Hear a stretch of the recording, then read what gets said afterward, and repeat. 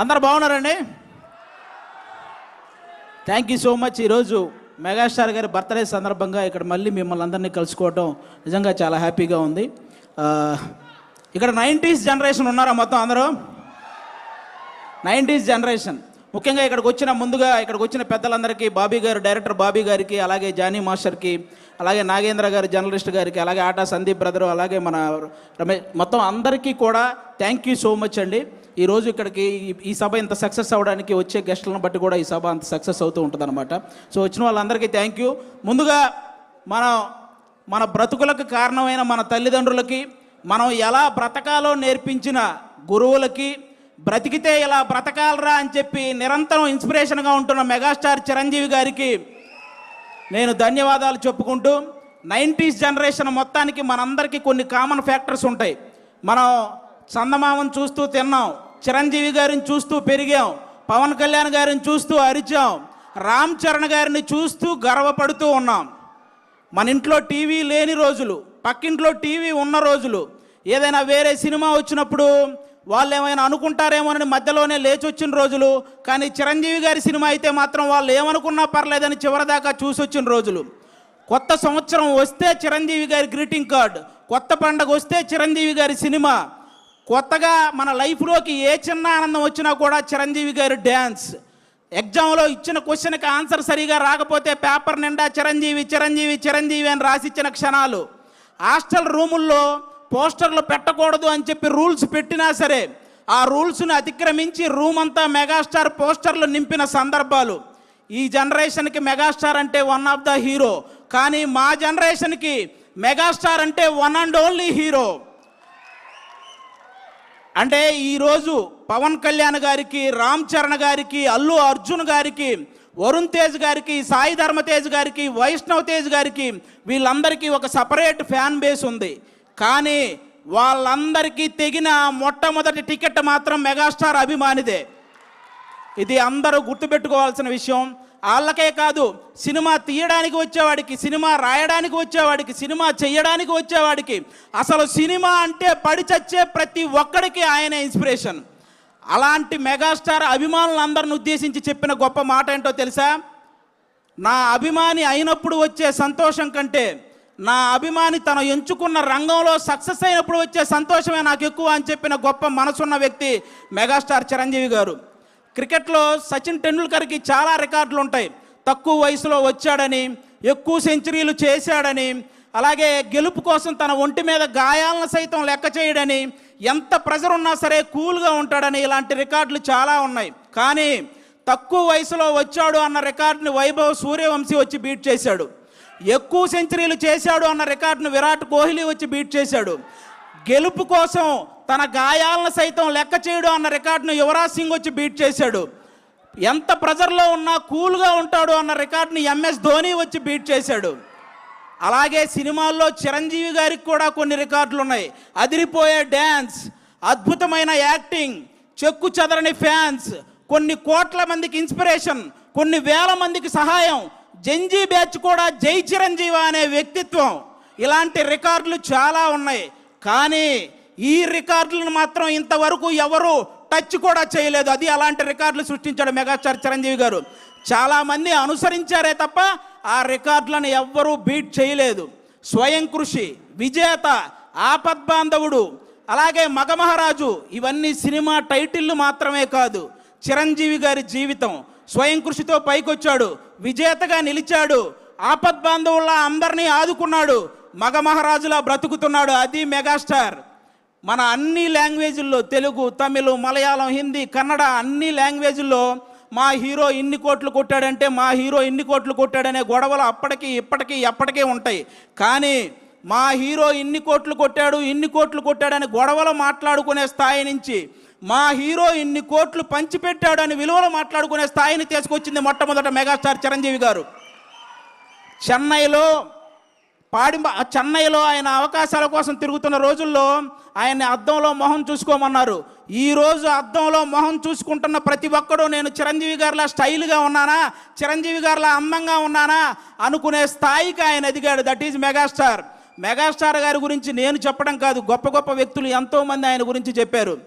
అన్ని లాంగ్వేజ్ల్లో 40,000కు పైగా సాంగ్స్ పాడిన నంబర్ 1 పొజిషన్లో ఉన్న ఎస్పి బాలసుబ్రహ్మణ్యం గారు ఆయన గురించి చెప్పిన మాట ఏంటో తెలుసా? నేను పాడిన పాటకి అద్భుతమైన గ్రేస్ని యాడ్ చేసే ఏకైక స్టార్ మెగాస్టార్ అని. ఈరోజు పాటల రచయితలందరికీ గురువుగా ఉన్నటువంటి వేటూరి సుందరరామూర్తి గారు చెప్పిన మాట ఏంటో తెలుసా? నేను రాసిన పాటకి న్యాయం చేసే ఏకైక స్టార్ మెగాస్టార్ అని. రజనీకాంత్ గారికి, కమల్ హాసన్ గారికి ఒక గుర్తింపునిచ్చి గుర్తుండిపోయే సినిమాలనిచ్చిన కె బాలచంద్ర గారు చెప్పిన మాట ఏంటో తెలుసా? Rajinikanth plus Kamal Haasan is equal to megastar. ఇది మీరందరూ గుర్తుపెట్టుకోవాలి. అంతేకాదు సినిమా ప్రపంచానికే పెద్ద అయినటువంటి అమితాబ్ బచ్చన్ గారు చెప్పిన మాట ఏంటో తెలుసా?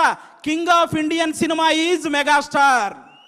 ఈరోజు ప్రపంచవ్యాప్తంగా అందరూ ఎదురు చూస్తున్నారు వారణాసి గురించి. అది చేస్తున్న సూపర్ స్టార్ మహేష్ బాబు గారిని. మీకు తెలుగులో కృష్ణ గారు కాకుండా నచ్చిన హీరో ఎవరైనా అడిగితే ఆయన చెప్పిన మాట ఏంటో తెలుసా? మెగాస్టార్. ఆల్రెడీ ప్రపంచవ్యాప్తంగా విస్తరించిన బాహుబలితో మన రెబల్ స్టార్ ప్రభాస్ గారు మీకు కృష్ణరాజు గారు కాకుండా తెలుగులో మీకు నచ్చిన హీరో ఎవరైనా అడిగితే ఆయన చెప్పిన మాట మెగాస్టార్. అంతెందుకు, పవన్ కళ్యాణ్ గారు కొండగట్టు ఆంజనేయ స్వామి పాదాలు తాకి వెళ్ళి గెలిచి డిప్యూటీ సీఎం అయి తిరిగి వచ్చి ఇంకొకరి పాదాలు తాకారు, ఆయనే మెగాస్టార్. ఇలా తోపులందరూ కలిసి డిసైడ్ చేసిన తోపే మెగాస్టార్. కాబట్టి ఆయన స్థాయిని ఎవ్వరూ తగ్గించలేరు, ఎవరి వల్ల కాదు. ఇక హెల్పింగ్ నేచర్ విషయానికి వస్తే, కరోనా టైంలో కరోనా క్రైసిస్ చారిటీ అనే ఒక కార్యక్రమాన్ని ముందుకు తీసుకొచ్చి సినిమా కార్మికులందరికీ నిత్యావసర వస్తువులు అందేలా చేయడంలో కానీ, అపోలో నుంచి కరోనా మెడిసిన్ అందేలా చేయడంలో కానీ, ఫ్రీ వ్యాక్సిన్ అందేలా చేయడంలో కానీ, ఈ హెల్పింగ్ నేచర్ ఇప్పటిది కాదు. మనం ఏదైనా ఒక స్థాయికి వచ్చినప్పుడు మన తోటి స్నేహితులను మర్చిపోకూడదని ఆ రోజు తన తోటి స్నేహితులైనటువంటి తోటి ఆర్టిస్టులైనటువంటి సుధాకర్ గారిని, హరిప్రసాద్ గారికి, నారాయణరావు గారికి వాళ్ళ ముగ్గురిని ప్రొడ్యూసర్లను చేసి ఎముడుకు మొగుడు అనే ఒక సినిమా చేసి పెట్టాడు వాళ్ళ కోసం, స్నేహితుల కోసం. అప్పటి నుంచే ఉంది హెల్పింగ్ నేచర్, ఇప్పుడు కాదు. హెల్పింగ్ నేచర్ అంటే రీసెంట్గా గబ్బర్ సింగ్ సినిమాలో ఒక ఆర్టిస్ట్కి దురదృష్టవశాత్తు బ్రెయిన్ స్ట్రోక్ వస్తే ఫస్ట్ నాగబాబు గారు వాళ్ళకు 2 లక్షలు పంపించారు. చిరంజీవి గారు ఇంటికి పిలిచి చెక్ ఇచ్చారు. పవన్ కళ్యాణ్ గారు వాళ్ళని బాగా చూసుకోండి, మొత్తం నేను చూసుకుంటానని కాల్ చేసి హాస్పిటల్కి చెప్పారు. ఇలాంటి వ్యక్తుల గురించి, మా నాన్నగారికి సర్జరీ అయ్యి హాస్పిటల్లో ఉంటే మా చుట్టాలు కూడా ఒకరోజే వచ్చి వెళ్ళారు, కానీ నాగబాబు గారు మా నాన్నగారు హాస్పిటల్లో ఉన్న ప్రతిరోజు వచ్చి వెళ్ళారు. అలాంటి వ్యక్తుల గురించి, వ్యక్తిత్వాల గురించి ఎంత చెప్పినా తక్కువే. దానం చేయటంలో చిరంజీవి గారిది కర్ణుడు మనస్తత్వం అయితే సురేఖమ్మ గారిది డొక్కా సీతమ్మ గారి మనస్తత్వం. ఆవిడ చేత్తో ఎంతమందికి పెట్టిందో, ఆవిడ చెప్పి ఎంతమందికి సహాయం చేసేలా చేసిందో. మెగా ఫ్యామిలీలా ఆదుకోవటంలో కానీ, మెగా ఫ్యామిలీని అందుకోవటంలో కానీ ఎవరి వల్ల కానే కాదు.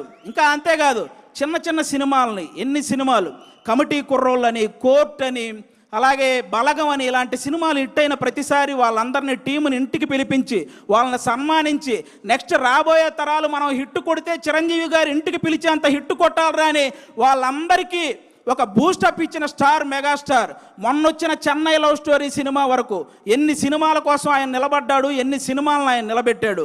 అంతేకాదు, అర్జున్ సురవరం అనే ఒక మూవీ రిలీజ్కి ఇబ్బంది పడుతుంటే, రిలీజ్ పోస్ట్ పోన్ అవుతూ వస్తుంటే, ఆ సినిమాకి మళ్ళీ ఎవరైనా వస్తారా అన్న సంక్షోభంలో ఉంటే ఆ రోజు ఆ సినిమాకి, ఆ హీరోకి వెళ్ళి నిలబడిన వ్యక్తి మెగాస్టార్ చిరంజీవి గారు. అది ఎంత బూస్ట్ ఇచ్చారో మీ అందరికీ తెలుసు.